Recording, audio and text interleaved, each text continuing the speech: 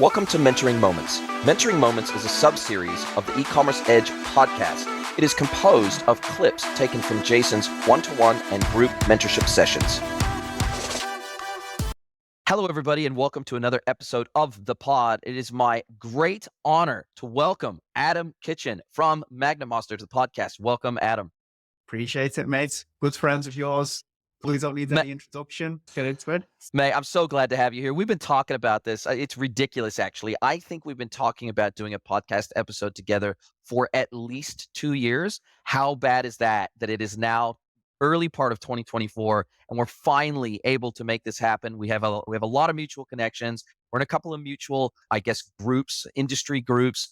We've supported each other and helped each other for a very long time. You're somebody in the industry that I truly respect, that has built something from scratch in terms of the MagnaMaster agency. I know how hard that is. I've helped to build agencies.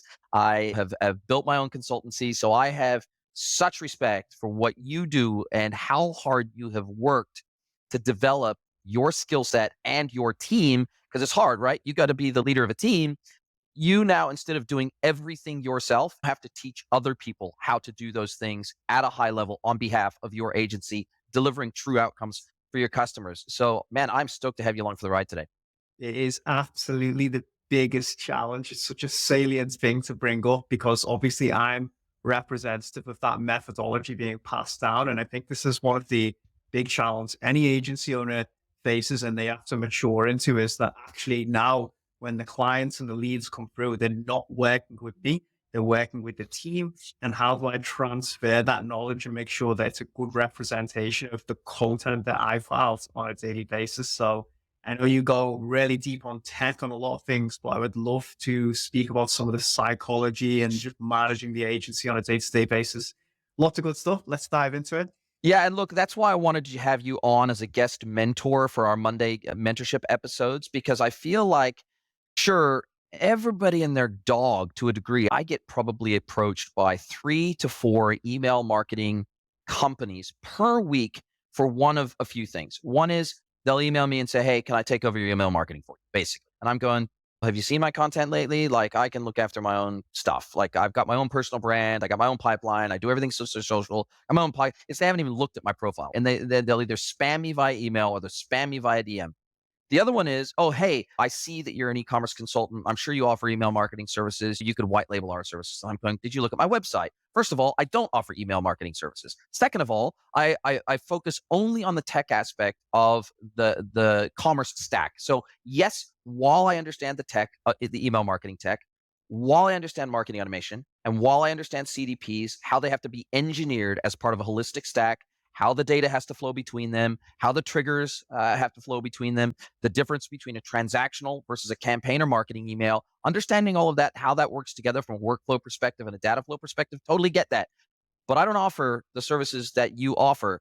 And so I feel like this industry, just getting into the psychology a little bit, before we even get into what you do in terms of direct client services, I feel like the people that offer email marketing services are often breaking every single rule of what I would consider the cardinal rules of email marketing. If you're going to do email marketing, first of all, know who the hell your customer is, know if they're likely to be interested in your services, make sure and tailor the message to you so that it gives you the best chance to be able to say yes to that email. And it feels, God, you are not a very good ambassador of your services when you're breaking every cardinal rule, trying to reach out to me and get me to work with you. Yeah, look, we could write a book about fucking trash, cold, outbound email services. And we've been back and forth over this quite a bit. We've also spoke to people who have more of a, let's say, holistic approach to account-based marketing. And we can go up in B2B direction, D2C. But the reality is, Jason, from my perspective, and I don't say this in an egocentric way because I've got a huge amount to learn myself, is that email is actually a incredibly complex and very nuanced subject when you really get into things like deliverability and like the architecture around email. And there's not really a huge amount of true experts, and it's definitely not every Tom, Dick, and Harry who pops up a Klaviyo agency. And not to say these people aren't decent performance marketers, have some basic elements of understanding of psychology, but email is a very intricate channel that requires a lot of deep knowledge. And you can't accumulate that over 6 months or a year even. I've been doing this since I was 17. And as I said, I still feel like I'm learning a massive amount all the time. So yeah, there's a lot of cowboys out there. There's a lot of people just trying to make a living as well, which I respect. Email is an easy space to break into. We've seen how Klaviyo has really made the space commoditized in a sense of breaking into the industry and being able to sell, because you have these one-click integrations, which is fantastic for merchants because there's a low barrier to entry in terms of deploying what used to be quite cumbersome arduous tech. But there's obviously been an influx off the back of that of people who really don't know what they're talking about from a D2C perspective and how it holistic ties in email, selling these services, and overall just not understanding the full scope of play of how email plays a part within the ecosystem. Anyway, there's a lot of spiel and jargon in there, which I'm sure we can get more into, but that's my overarching feeling of the current state of the industry. I think you've nailed it. And I think there's still, apart from agencies like yours, and look, there are some really good email marketing agencies out there. So I'm not trying to tar and feather the entire industry with the same brush, because I think that would be unfair. And I think that now, as email marketing appears to be, at least from my perspective, evolving from marketing automation, it being the foundation of most marketing automation workflows within a brand, particularly e-commerce brands and particularly D2C and B2C e-commerce brands. I feel that with the loss of cookie capabilities, with the challenge of collecting zero and first party data today, I feel like email marketing is but a channel, is but a communication channel, of one of multiple communication channels that should probably be used in unison off the back of proper CDP capability. And so I'd love to get your take on this, because Klaviyo's making noise about introducing their CDP very late to the market. We've had Segment, we've had Lexer, we've had Map, we've had so many really good high quality CDPs come to the market over the last, say, 5 to 6 years. And they do things that Klaviyo has never been able to do. They go so much further than Klaviyo does. And in fact, some of those CDPs aren't even able to send email. They still need to integrate with something like Klaviyo to actually send the emails based on the segmentation that they've created and all of the data that they have gathered. And some CDPs, of course, do have their own email sending capability and email analytics capability.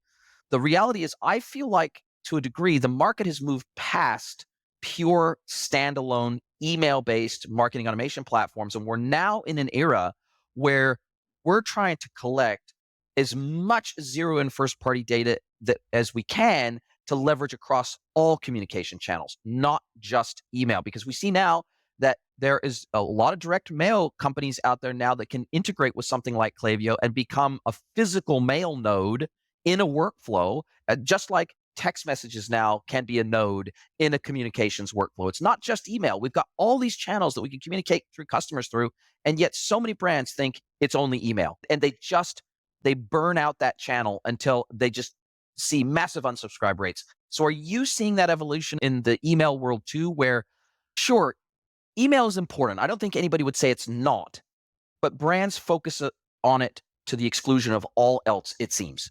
Yeah, look, there's a huge amount to unpack there, and I could probably speak about this subject for days, but to call it a spade, I am not the biggest email reader in the world, and I would guess a lot of the younger generation, maybe 50 to 70% of them, will never open your emails.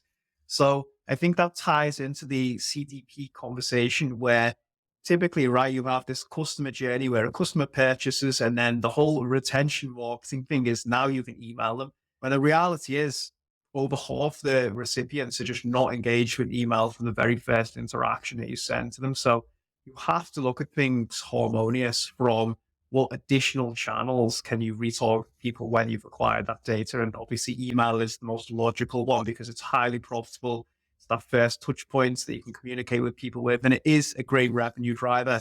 We've seen SMS come into the scene. There's push notifications, there's direct mail. And I think that is why you're seeing these tools evolve from, okay, let's not just become an email service provider. Let's become this unified tech stack. And obviously they're trying to amalgamate all these channels into one. And I think it makes sense to manage everything through one consolidated platform personally. I made a post about this on LinkedIn today. But then at the same time, I think you're also seeing these tools realize that total addressable markets, things like Klaviyo, to capture that enterprise segment, they have to go into the CDP type capability. And it ties into things like you said with cookies, etc. But the reality is they want to grab bigger brands, higher average order value from the people that they serve. And that's why they're moving into this space now. So I think logically, they are intrinsically tied together.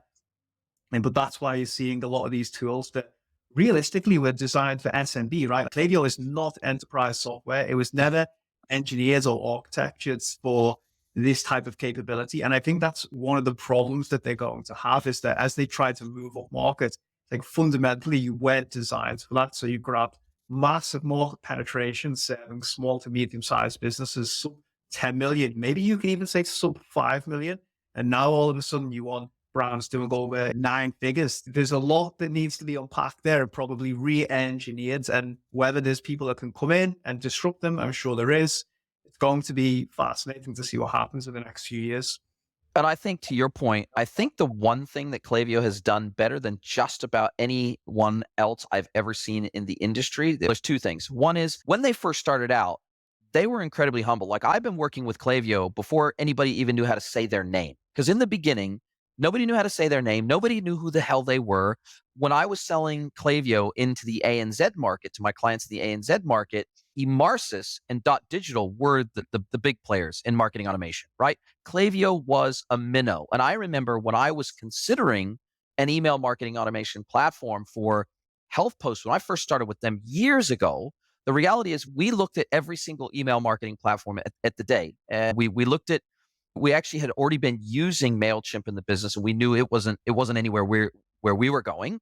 We actually initially implemented Bronto, and then literally within 6 months of us implementing Bronto, they got acquired by NetSuite, and then NetSuite promptly put a bullet in their head, and so we had to migrate off of them, which was a pain because we spent 3 months getting onto Bronto and setting up all the workflows and getting all the data migrated into the platform, and it was a nightmare to then move off of them, and we ultimately moved to Klaviyo. But at that time, we considered eCommerce, we considered Digital, we considered Klaviyo.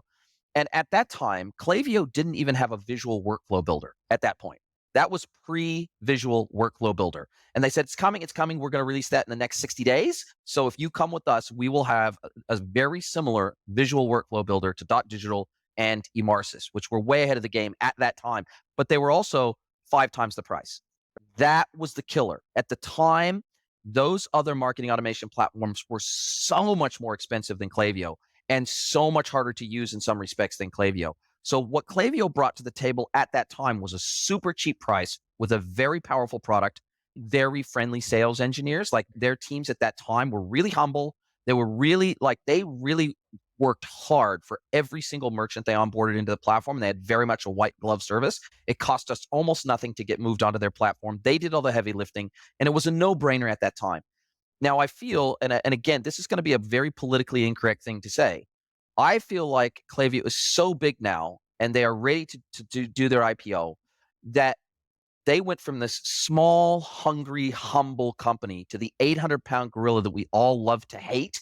And I'm not saying we hate them because of their success.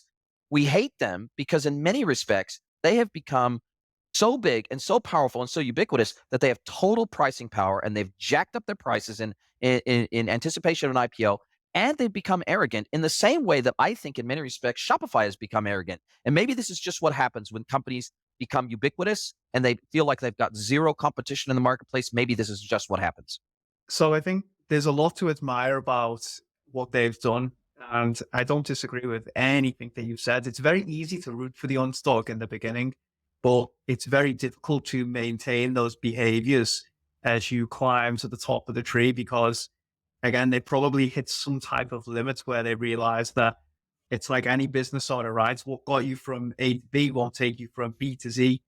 And you have to evolve and become something that you weren't originally. And I think this is classic probably for any type of SaaS company, especially when they go towards IPO, is that you start catering to different type of clientele. And as you do that, you start to deprioritize the original people that built your business and created that advocacy of you. And there's a lot of people in that lower market segment that will generate advocacy for you. And that's obviously one of the benefits of SaaS, of going in a very low price point is that you can swallow up a lot of people, and not necessarily will they drive a huge amount of incremental profits, but what they will do is give you good market penetration and a lot of word of mouth advocacy. And that is a very powerful train for many businesses, especially in SaaS, to ride. It's just a shame that eventually that ride stops. And then people who built that advocacy is start to cater to a different type of clientele. So I think in many ways, it's a logical business move. It's a shame that it happens, but yeah, don't try and stay true to your roots. Remember who built the company. And I can tell you as a Klaviyo Elite partner, it's incredible when you go to these events, and Klaviyo puts on phenomenal events, how much positive advocacy and market sentiment Klaviyo has. Because to be quite frank, like apart from the fancy tag that we've got, you don't generally get anything for offering Klaviyo services or agency services to them. Like they've never gave me like an influx of leads. I've been promoting their business for 5 years and I've got jack shit really in return in terms of tangible financial outcomes. So the fact that they've been able to get people like me to advocate for them tells me, first of all, they've got an amazing product. They do have a really strong product, and fair play to them to do that. Whether that will continue, every dog has its day. It's no longer the underdog. It is that 800-pound gorilla. I personally think you're going to see significant disruption coming. It's just inevitable. And I don't think they care so much, to be honest, because they're focused elsewhere now. They are the MRCs, the dot digital. That's their focus. They don't give a shit. Or maybe that's the wrong thing to say, but they don't care as much because that's not what's driving their business forward anymore. Yep, they're moving up the enterprise stack, much like Shopify is trying to do. And I think that they're probably going to find some success there, but there's many more competitors in the enterprise space than they found in the SMB space. They didn't have as much competition at the time. In fact, when Bronto and a few of the other marketing automation platforms disappeared around that time, actually, you could argue that the amount of competition when they first entered the market actually decreased. In the first couple of years after they entered the market, there was a lot of competitors that just disappeared, whether they were swallowed up, amalgamated in, simply couldn't run their business in a sustainable way. There was a lot of competitors that went away and they had the playing field to themselves and what they were trying to do, which was quite unique at the time. And I think to your point, the other thing that we can take away from the learnings from Klaviyo, and then we'll move on to some other things, but I think here, this is a very important point that you made that every other SaaS player out there that's in the commerce space in any way needs to understand.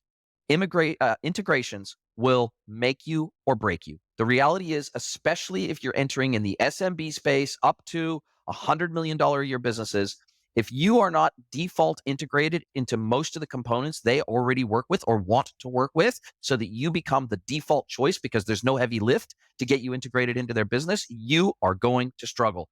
The reality is every single major e-commerce platform out there, every single major marketing platform out there, whether it be quiz commerce platforms, whether it be post-purchase follow-up platforms, doesn't really matter what you think about in, for example, the Shopify stack of apps. Almost every single one of those has an out-of-the-box integration with Klaviyo so that it can take over all transactional email opportunities. So the Yotpos of the world, the Fivos of the world, just UGC platforms, loyalty platforms, membership platforms, Inveterate, everybody integrates with Klaviyo because every merchant ultimately wants a single system that can send as close to 100% of their emails as possible so that they can get holistic send analytics and performance analytics across email, regardless of whether that's transactional or marketing. And I think that was just a genius move by Klaviyo. And they haven't built all these integrations themselves. As they've grown, everybody else says, we actually have to build an integration with Klaviyo. Otherwise, we are irrelevant. You've nailed it. It's table stakes for success. As you pointed out, you have to integrate to Klaviyo now to get traction on your products as opposed to the other way around. And I completely agree with you that if you're building any new type of SaaS products, especially within the e-commerce space, your focus needs to be heavily from day one on integrations. Because I made a post about this today, and I made a post the other week saying the main threat I perceive, at least, is Yotpo. And that's not because I think Yotpo is necessarily have a superior or comparable email product. It's because they've got the resources and the team to rapidly build the integrations necessary to compete. So you look at things like reviews, loyalty, transactional comms with Wonderment, whoever else. Yahoo has the team to rapidly build those up to compete with Klaviyo. And that is the main USP and monopoly that Klaviyo have. They own the ecosystem. It's not about they have better segmentation options or a better AI subject line writer. They own the ecosystem. And the only way to compete is to say, okay, we can save you time, not just costs from migrating. We can amalgamate all your tech stack, your quizzes, your reviews, your loyalty, if you move to us. And until that happens, and I think it will happen because we're in that generation now of no code, Shopify, one click, etc. They're going to own that monopoly and continue to dominate. But it is changing, definitely. What is your thought? B2C, D2C email, it's been done to death and talked about a lot. But one thing I wanted to cover off with you, which I don't see get a lot of play or airtime, is marketing automation for B2B brands, right? A lot of B2B brands, they have individual account managers, which just send individual one-off emails out of Outlook or out of Gmail to their customers with attachments and new drops and swatches and all these other things. And of course, then they have the field sales team that physically goes and maybe even prints a catalog, takes it to out on their field sales calls, that sort of thing. And so I see that there is this lack of understanding of the value and importance of email and CDP capability in the B2B world, because in the B2B world, by default, the business model means that we generally know our customers super well, right? They're in our ERP. In fact, for them to even be able to transact with us, they have to be in our ERP. They have their own catalog. They have their own pricing. They have an assigned account manager. We know who these customers are. And generally, those relationships are for the very long term. The AOVs and the CLV tend to be ultra high compared to the B2C world. And as a result of that, I think that marketing automation and holistic marketing doesn't necessarily, holistic, let me back up here. Holistic digital marketing doesn't necessarily get as much attention in the B2B world as the B2C world. But I think that now, because a lot of B2B brands are realizing, hey, we don't offer e-commerce today, we have to. We saw what happened during COVID. We saw that our field sales team couldn't go and see customers on site. We saw that we didn't have any digital channels, or if we did, maybe we had EDI for our largest customers, but we had no self-service e-commerce capability in the business. And that's a lot of the brands I'm working with today are getting them up and running on e-commerce for the very first time in the B2B world. But when it comes to marketing, many of these B2B brands don't even have a marketer in the business. They've got maybe a head of sales.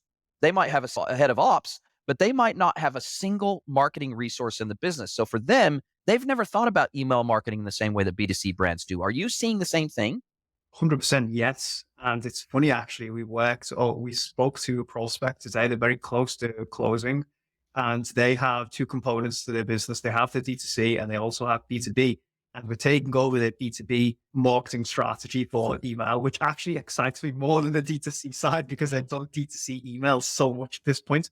And the thing is, I'm not someone who has a huge amount of experience in the last 5 years, I will say, with B2B, because our agency is geared up towards D2C. However, we have worked with B2B clients, and I come from a background of running B2B marketing automation through Active Campaign. Definitely smaller businesses and more lower AOV items, not huge industries, but anyway, it's irrelevant.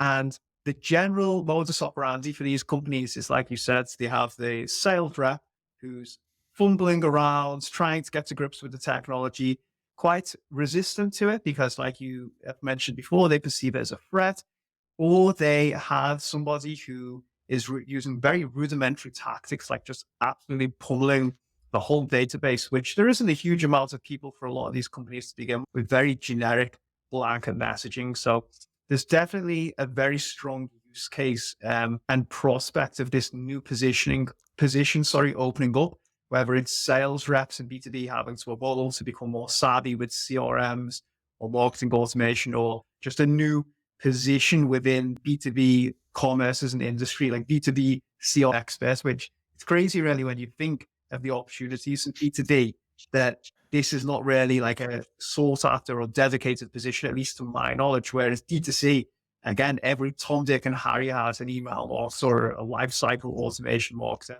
And if you look at the richness of zero party, first party data, like extensive notes that a lot of these sales reps and B2B people keep on their customers, I would love nothing more to fucking get stuck into all this juicy info and sell to these people and nurture them.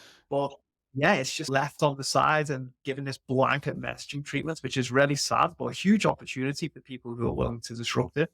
You have just called it in the sense that, like, when I go into these businesses, usually when they call me in to consult, say on e-commerce, first of all, oftentimes I end up consulting on their entire business stack because they need a new ERP, they need a new CRM, they're using 20-year-old technology across their entire businesses. And then they say, oh, we want to execute at a high level on e-commerce. Geez, we need to kind of build the foundation first so that you even know what it's like to sell through digital channels and get your data ready. But usually when I ask them, I say, show me a sample of your customer data and show me a sample of your product data. I can usually immediately point out to the business where they're having existing operational challenges in the business and where they're going to have their first set of challenges in the digital world. And so usually we need to work through a system of harmonizing the data, streamlining the data, getting it organized consistently, rationalizing the data sets, making sure it's coming from similar sources, making sure the product hierarchies are structured the same way, have the same attribute structure, making sure it's consistent in a way that makes sense in a digital buying journey. But it's also the same with the customer data. Sometimes I get into these businesses and I look and I go, oh my God, the amount of data you have on these customers, like you said, I think D2C brands would murder to have this level of data because they don't just have organizational data. They have data on every single approved buyer within that organization as an individual person that then rolls up into the organization level data set. It is phenomenal. It is absolutely phenomenal the amount of data that B2B brands have on their buying orgs and the employees of those buying orgs, to where if they wanted to, they could completely tailor the messaging to the individual buyer within those organizations at a level that you just never see in the D2C world. Because oftentimes in the D2C world, a customer is a customer once. The statistics are, so Yeah. it depends on the region of the world, but still to this day, somewhere between 70 and 80% of D2C customers will only buy from your brand once, no matter what you do. That is a big challenge. It's a massive challenge, and you've absolutely hit the nail on the head. And it's so fascinating because a lot of the opportunities, and I've been guilty of this in the past, of making email for D2C quite convoluted because I like to experiment with a lot of strategies. But one of the things that we have done in our experience for B2B is remove that friction and skepticism that these salespeople have from marketing automation replacing them, and actually making it complementary to the jobs that they're trying to do. For example, if you think of an abandoned cart in a typical D2C flow, right? It's your general, you left something behind. Now here's 10% off. Yada, yada. We've all seen it. Like, it's pretty much the same across the board. With B2B, you can actually trigger more sophisticated workflows where you pull in all the data and then say, for example, to the sales rep, follow up with the sales call. Here's the data. Here's what they had in the basket. It's so much more effective and personalized than the ROI from actually investing in those type of activities where you marry up the offline to the online. It's just a huge opportunity. So you can get much more sophisticated, and those type of strategies that sometimes when you implement them for D2C, it ends up being overreaching and just not worth the juice, worth the squeeze. For B2B, it absolutely is, because like you pointed out before, the lifetime value of those customers and just the overall familiarity with the brand is much higher. So there's lots that can be done with B2B marketing automation. Hey team, I have a big favor to ask you. Please pause this episode and send the link of this episode to someone you know that you think would enjoy this content. Really appreciate you spreading the word. This is how we grow. We're not a Joe Rogan. We don't have big, massive advertising budgets, but we absolutely want to grow. We want to get the learnings from all of these episodes out to as wide of an audience as possible, and we need your help to do it. Thank you, and now back to your listening. I think, and I'd love your take on this, I think one of the challenges with B2B marketing automation, however, is that unlike the D2C world where there's standardized systems for help desk, for example, Gorgeous, I think, owns something like now 80% of the help desk installations in e-commerce in the D2C, B2C world. And so therefore, because they have an automatic integration with Klaviyo, you can pull in a lot of profile level information from Gorgeous, from returns and specific inquiry types and everything else. All that can be brought in against a Klaviyo profile as a Klaviyo profile property. But in the B2B world, it's almost always a CRM, and very few CRMs have a native integration with Klaviyo. And so I believe that to get the most out of any marketing automation platform in the B2B world, there's going to be some bespoke integrations. There's going to be some bespoke, as Klaviyo calls them, metrics. They are, Klaviyo loves to call things specific things that are quite unique to them. But really, at the end of the day, we have triggers that will trigger off an action within the marketing automation platform. And that's what Klaviyo calls a metric.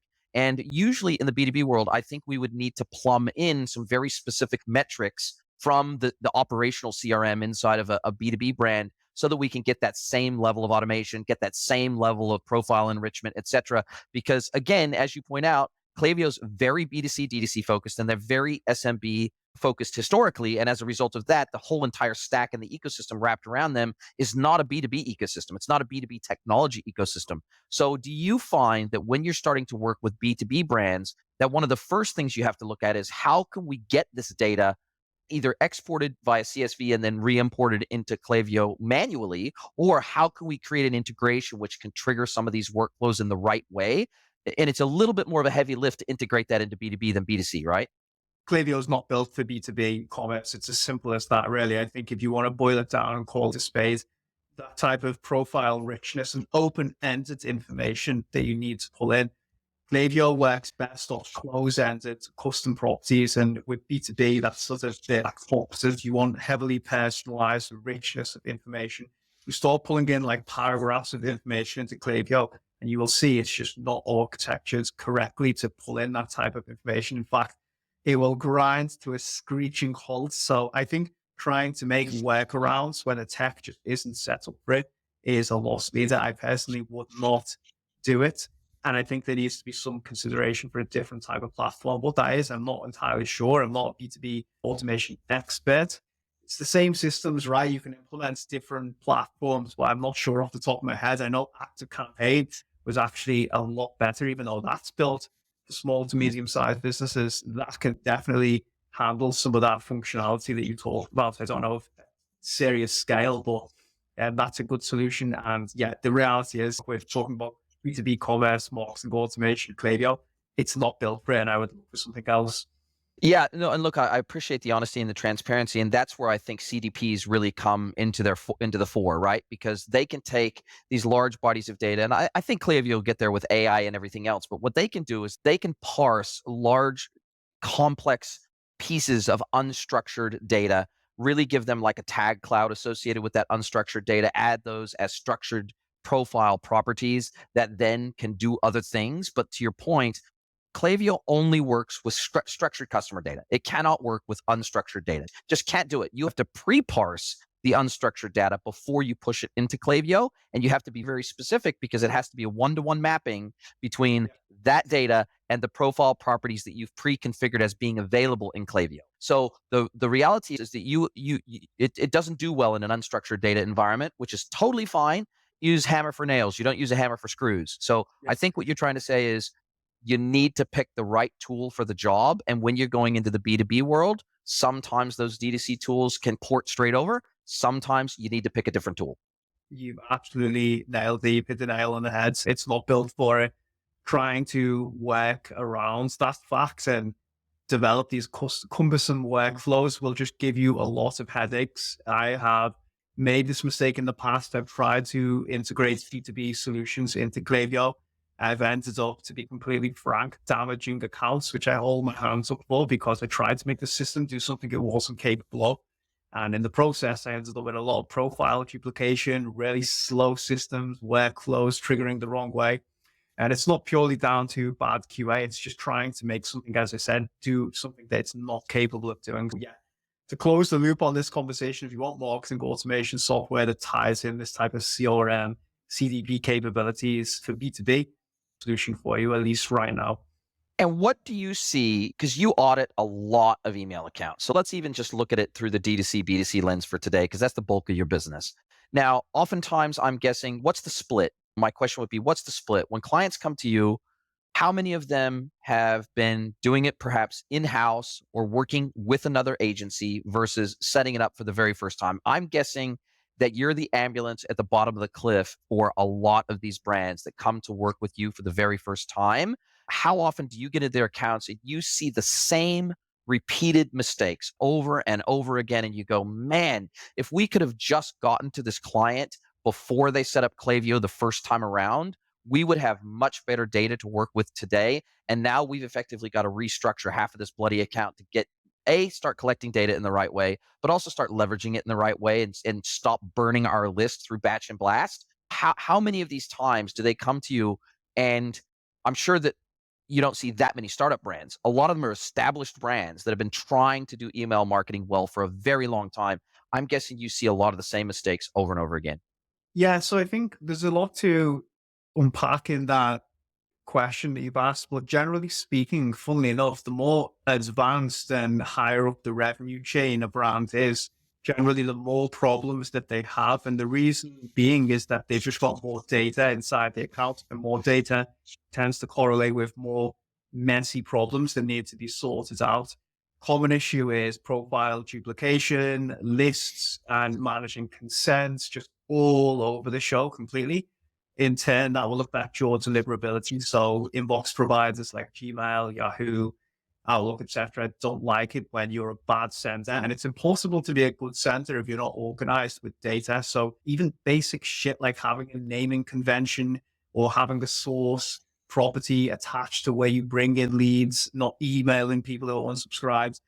These are all things that actually can become quite challenging when you get bigger, because a lot of the time, unless you have someone who developed that architecture from the beginning, you have people who are parachuted into the job and they're covering up for 3 years of bad mistakes and bad habits. And by that time, it's already an established revenue channel. So it might not be optimized to the capabilities, but a lot of the time when you have to fix email issues, you have to stop the clot.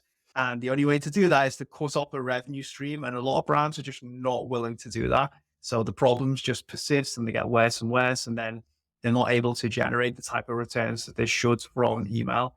So I would say actually people with the most problems are the bigger brands, and they're the ones who stand to gain the most through fixing those problems, because a small 10, 20% improvements in inbox placement can have a massive incremental lift, but they're also the ones who will bleed the most in the short term as well. So they're less likely to address those problems and just persist with bad habits. It's a mixed bag to answer the question. A lot of established brands have in-house teams, and those in-house teams sometimes do a good job, sometimes do a shit job. They will then call us up and we're like a core consultant, or maybe we'll just take over the account completely. And a lot of new brands just don't know what they don't know. So like they don't have any type of automation set up, or definitely a lot of low hanging fruit, and they might have rudimentary campaigns, but there's not as much to fix because they haven't established so many bad practices for such a long period of time. So overall, a complete mixed bag. You don't know what you're going to get when you go inside an account. And I suppose that's one of the things that keeps it exciting after so many years.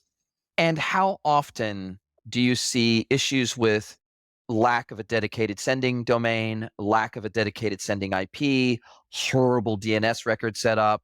When we think about all of the things that you need to get right just to have a chance to get in somebody's inbox, and how easy it is to get it wrong and then get either your domain blacklisted or to get your IP blacklisted, there's so many seemingly simple things about email that if you get them wrong, you can almost harm your email channel forever without having to start over from scratch and rebuild from scratch. How often do you see situations where, oh my God, they've so damaged their sending reputation on an existing domain or subdomain that they have to go backwards before they can go forwards? So things like DMARC, DNS, and all these type of acronyms, these were like foreign entities 2 to 3 years ago. And I think one of the interesting things is in the last 2 years, we've just seen these discussions become more prevalent. And the reason being is because basically the algorithms of these inbox providers are becoming much stricter on senders. And because it's such an important revenue channel for D2C, B2B commerce, that actually a lot of tools like Klaviyo are putting a massive amount of resources into education and investing and making sure that the customers are aware of these things when it comes to a setup level. So when I first started using Klaviyo, it was like shared Klaviyo IP, domain, whack everything in, get your account started with it, dig really and start sending. It's not like that anymore, or at least they're a lot more prudent to make sure that you're set up in the right from an infrastructure level in the beginning. And they have to be vested in that process as well, because if you don't get an ROI from the platform, then obviously you're not going to use it. So again, these were very complex technical subjects, and they still can be. They sound rudimentary to a lot of people who have a tech background, but actually they can be really overwhelming when you don't know anything about them. But we're seeing actually more people now educated about them and more prudent. I think, in fairness, most of the ESPs do a good job at hammering home their importance, because they've got no choice, right? If you don't take them seriously, you're not going to get an ROI from the Yeah. platform. So, yeah, it's moving in a positive direction, I would say, on the deliverability front. That's so good to hear, because I remember even a few years ago that people had no idea what the concept of warming up an IP was, warming up a domain. They had no concept. And when I would start to work with some of these businesses, even when I started at Health Post and some of the other brands that I worked very closely with, and some of my clients from my agency days, a lot of them, you mentioned some of these things to them, and because they, even if you're not their email marketing agency, when you go into, for example, implement a new e-commerce platform for them, you get blamed for absolutely everything related to e-commerce. If their email performance drops off, if their performance marketing drops off, they'll blame you for absolutely everything, even if you only just were the one that built their website. So they almost, to a degree, want a single throat to choke, right? Which is understandable. If they don't understand who's guilty, who the guilty party is, they shoot first and ask questions later if their revenue falls off a cliff. So that's completely understandable. I completely get that. But unfortunately, sometimes they're barking up the wrong tree if the technical setup, now, obviously, the technical setup of the e-commerce site also has to be right, so that you don't lose domain authority, so that you retain your search rankings, all that sort of stuff. And as you know, just like when you make major changes to the email configuration of a platform, there's usually a dip before there's a rise. And it's the same when even if you put really good 301s in place when you re-platform a website, the reality is you're usually at a dip in the SEO rankings until everything starts to be shunted in as a native URL that is not subject to a 301 inside Google. And until those are fully indexed, natively indexed against your domain, you're going to see a dip. That's the reality. And there's no two ways around that. And so, how often do you guys find a challenge where you're saying, you have to tell them, you have to give them that warning up front? Okay, you're coming to us. We're going to be making some substantial changes to your Klaviyo account. As a result of that, you're probably going to see a dip in ROI before we see a sustained rise, because we now have to bed all of these changes in. We have to continue to optimize based on the new settings, and it's just going to take some time to start collecting the data in the way that we need to collect it to be able to further optimize the account. Yeah, it's a fascinating subject, and we could really go into the weeds on deliverability. And that scenario that you just described is the nightmare for any agency or email marketer, because time to value, you know yourself, Jason, we're a service provider, is a critical way of retention and building.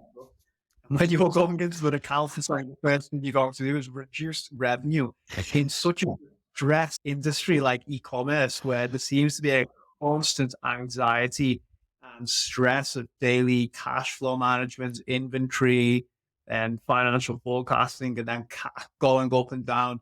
It really is an industry, I think, where we're all addicted to stress to some degree.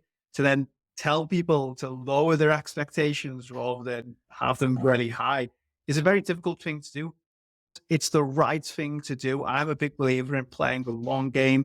And if that results in some acute short-term pressure and issues, then you just have to go through with it. And I've seen some clients we have over Black Friday say to one of our strategists, actually, where we want you to send to a bigger group of people in these segments, and we're okay if we hardware or deliver because we just really need their money right now.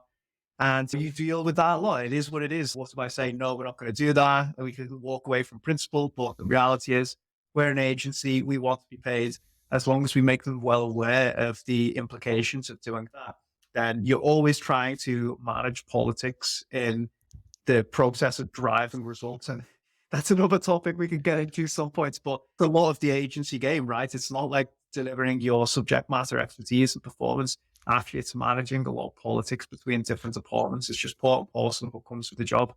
Yeah, I never like to cry about an industry that I chose to get into, but client services is one of the hardest businesses in the world when you're trying to balance delivering quick wins against low-hanging fruit as best you can, whilst also explaining what the long-term game plan is, what the long-term roadmap is, and the potential consequences of any decision ultimately that the client makes. You want them to at least make fully informed decisions, if nothing else, and you want to document the fact that they chose to go this route. Maybe we made a set of recommendations. They chose to take 2 out of the 5 recommendations, and that's fine. But ultimately, it's a hard conversation to have, right?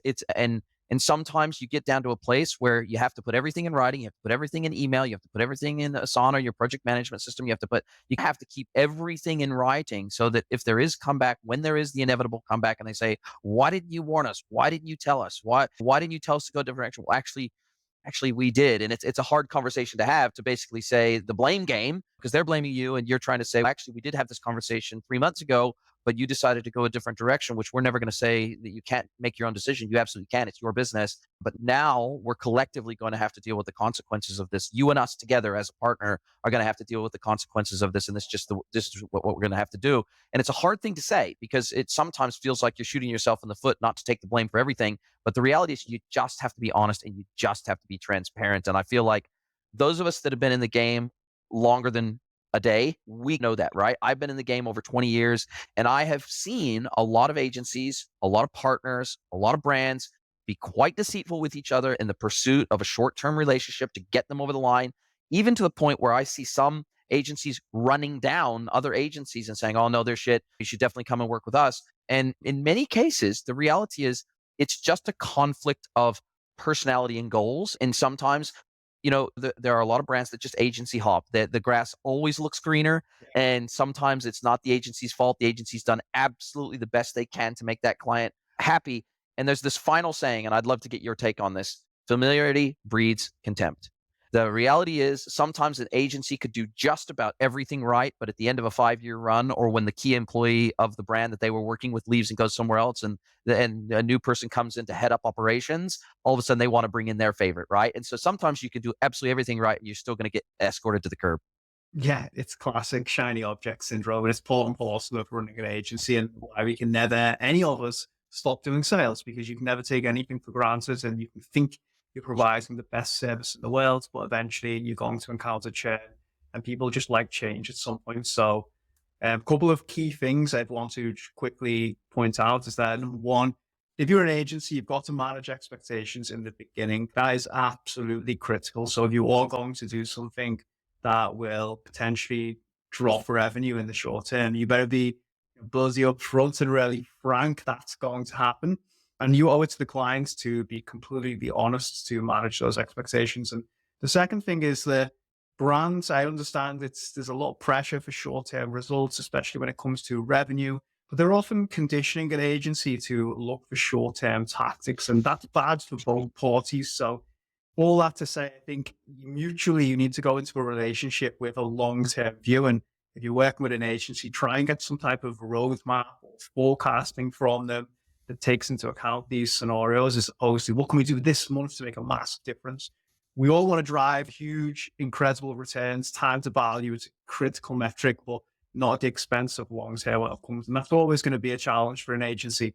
Couldn't agree more. And I think that's one of the reasons why I have appreciated moving more with a pretty laser focus on the B2B side, because B2B brands tend to not be subject to things like seasonality. They tend not to be subject to high levels of competition in their market, because they usually are quite specialized in their market, or maybe they're the only authorized distributor in a specific region or catchment, things like that. So they oftentimes have natural moats around their business that the D2C world just does not have. And also because usually projects in the B2B world aren't led by marketers.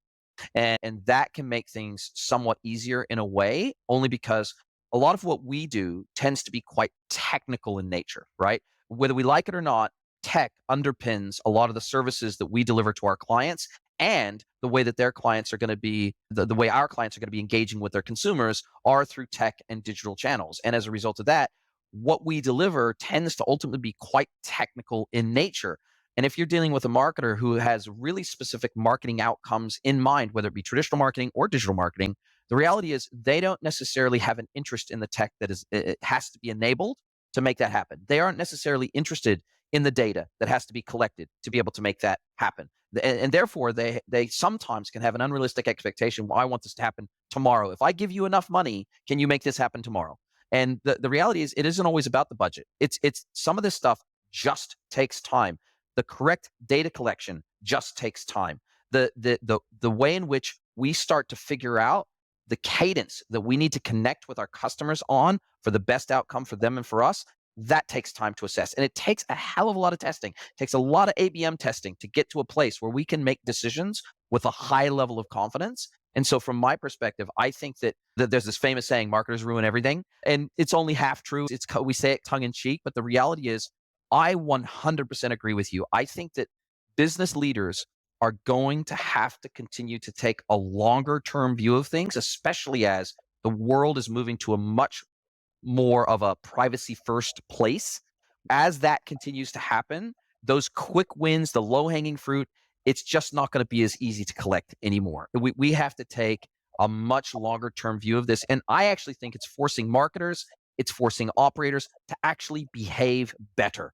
The expectation that someone is going to see an ad and convert within 30 days of seeing the ad, those days are gone forever. That's the reality. It is now much more of a nurture situation. It's much more, how can we take someone, I don't really like the funnel analogy, but it's still out there in the world, taking someone that is not even in your sphere and is not even considering you, how can we get on their radar all the way to the point where they convert at the end of the day? Marketers and operators are going to have to understand that consumers, whether B2B or B2C, have more choice than they have ever had before. And therefore, we have to build up an insane level of trust with those consumers before they will ever say yes to buying from us, and certainly before they will ever be a loyal long-term customer.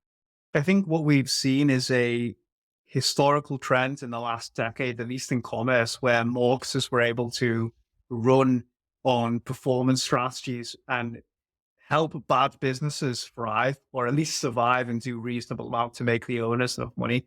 Now we're seeing the paradigm shift to business fundamentals from the owners needs to filter down to the marketers. So it's not enough now to have good marketing. There needs to be solid business fundamentals underpinning that business model. And what you've just pointed out essentially is some of those changes have really expedited that change. And the old days of just throwing up ads on Facebook and cashing out, they're long gone. Now you need to have product stickiness built into it so it drives lifetime value. You can't just rely on marketing alone to help you scale profitably. So it comes back to, yes, a lot of agencies have missold brands, but a lot of brands have placed this short-term gratification from driving fast revenue through shitty tactics on agencies and conditioned this type of behavior. So I think you're going to see a new generation of more astute marketing agencies and marketers in general who have more financial chops, speaking, but also work with people who are more strategic, who own these companies, who understand that it's a longer term play in e-commerce in general. Couldn't agree more. And as we come to the close of our time together, and I really do appreciate the time, Adam, that you've shared with me today. If a brand, let's say they're doing email marketing today or some form of marketing automation today in their business, and let's say they've got an in-house resource doing that, and they don't necessarily can't put their finger on why they think that their email marketing maybe isn't performing as well as it could or it should, what do you think are some of the very first steps, apart from coming and working with an agency like yours? Of course, that's a natural kind of getting some external support and external capability injected into the business, and some transfer of skills into the business is always important. But if they want to start thinking about what can I do to think more holistically about my email marketing, what are one, two, or three things that I can begin with to try to identify, even if I'm doing, what are the metrics I should even be looking at to say whether I'm doing a good job or not today with email marketing? So I would focus explicitly on two things. Number one, are you acquiring enough customers consistently to support email scaling the performance? Because email is intrinsically tied to acquisition. If you want to talk exclusively about D2C, like you pointed out, Jason, earlier on, 70 to 80% of consumers are never going to buy again. If you're not continuously acquiring a lot more customers on a monthly basis, then you're never going to see incremental lift from email. So you have to have a steady top of the funnel acquisition strategy going on at all times. And if you're not seeing that, then obviously you need like incredible lifetime value built into the product. And not the emails don't drive lifetime value. Having a great product and customer experience does. So that's the first thing, is look at your acquisition, make sure you're acquiring the right type of customers, and make sure that you are consistently acquiring consistent cohorts and that you're able to scale email that way. That's number one. Second one is obviously deliverability. So if you are having a database that is increasing in size and you have a net active subscriber base going up, then theoretically, yes, you should see an incremental lift from email revenue because you have more active customers to email. If you're not seeing that, then obviously you need to do an analysis on your deliverability. Or you ending up in spam? You got bad inbox placement with certain providers. If so, dissect that, because you should see, like I said, theoretically that email revenue going up. So they're the two things. Make sure you're acquiring more customers and make sure you have strong deliverability. If you just do those two basic things, which they are hard to execute, you will see email performance scale. You don't need super sophisticated strategy. You just need good, clear content, consistent cadence, communicating with your customers, and just clear offers. Because let's be honest, email is not the most complex channel in the world. Yes, there's some complex technicalities, but customers already know you. It's quite easy to drive predictable revenue from email because you've already sold to them in the past, and that's how you acquired them on your database. And as we come to the end of our time together, you know the drill. I love to hand the microphone over to my guests. I'd love to let them basically flip the script and ask me one question, any question they like, can be personal or professional. So, Adam from Magnet Monster, what is your question for me today? I would like to ask you, is Mexico a long-term destination for you, or is this just temporary for the next year? It is at this stage, it's planned to be long term. We don't have any intention of moving anywhere else at this stage. It's still early days. We've only been here just under a year. We're moving to Puebla more long term. We think it's a place we can make a really beautiful life in. Remains to be seen, though. You can think a place is perfect, but until you've lived there for 6, 12 months, 18 months, it's really hard to know for sure. I experienced this once already, moving from the United States to New Zealand and living there for almost 30 years. I don't know how it is for most people that shift countries to live, but it took me probably 5 to 6 years moving after I moved to New Zealand until I felt like I felt almost like a local. I felt like I knew the lay of the land. I had traveled around the country several times. I felt like I knew how Kiwis behaved, how they did business. I felt like I knew how the country run and how the culture, how I could integrate myself into the culture without being just one of those loud, arrogant Americans that comes in and expects every place we go to be like America. I felt like it took me a little while to just observe and learn and take everything in and say, okay, this is very different to the place I came from, but that doesn't make it bad or good. It just means that it's different. And these people live a different lifestyle to what I grew up with. And they grew up in a very isolated country at the bottom of the world. And so they developed ways of interacting with the world, which is quite different to how I grew up in the United States. And even just from a population perspective, it being a fraction of the population of America, it took me time to have enough empathy with myself, but also empathy with all those that were around me to say, look, there's going to be a learning curve here.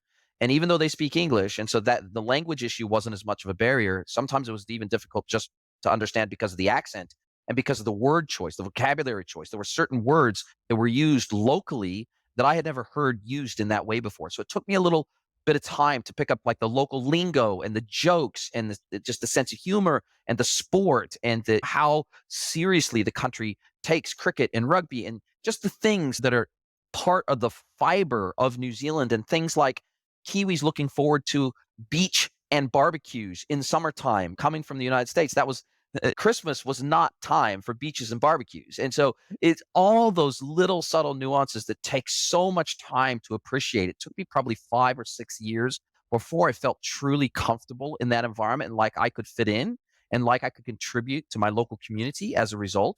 And I know because in Mexico, not only do I have to think about all those things and how I can assimilate into the community and how I can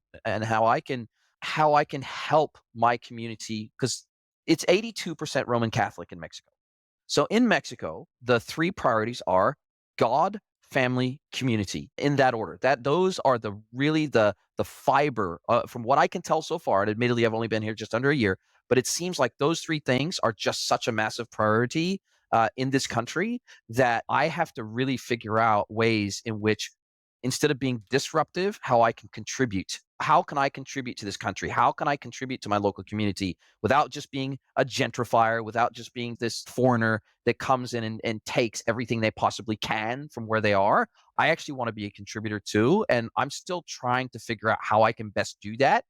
in a language that I'm not expert at yet. Sure, I'm conversational. I can do transactions in Spanish, but I'm not fluent by any stretch of the imagination. And so I know that's a long-winded answer, but my goal is to not be someone who comes in with an arrogant attitude and just wants to change everything and make it like where I came from. That's not my goal. Sure, I want to help and sure, I want to contribute wherever I can, but sometimes it's just acceptance and saying, this is Mexico. This is how they do things here. You better just get on with it. You better just accept it and move on with it, because if you don't, you're going to live a life of frustration. And especially things that you have no hope of changing. Like when I think of some of the things with government bureaucracy and things like that and the way that the government operates, I am never going to influence that. So the reality is I better just shut up, go through the process, appreciate the process for what it is, and get on with my life. And so that's what I'm honestly trying to do the longer that we live here. And Bruce Lee said, be like water, adapt to where you are. And I couldn't agree more. My experience with travel replicates that. It's nothing worse than being in Thailand for me, or when I was in Hong Kong and having a bunch of British people go over and moan about how everything over there was not like it is in the UK. It's fuck me, go home then. It's our job to contribute to places we move to because they've accepted us. And I love that hierarchy that you said Mexico has of God, family, community, great framework to follow. And I think we do well in all businesses and put ourselves in a position of strength, and you're in a good place to give back to the community. So I think that's a salient message to end on. And that's my goal as well, to be in a position of strength to give back to people. 100%. Adam, absolutely love this conversation. How do you like people to get a hold of you? I'll put links to your LinkedIn profile as well as the Magnum Monster website in the show notes. But how do you typically, if someone wants to reach out, learn more about email marketing and how they can do it the right way, how do they find you?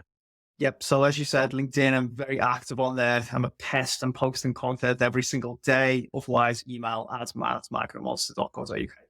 Absolutely love it, brother. Really appreciate your time and can't wait to catch up with you again soon. This has been a long time in the pipeline and is not disappointed. I appreciate it so much.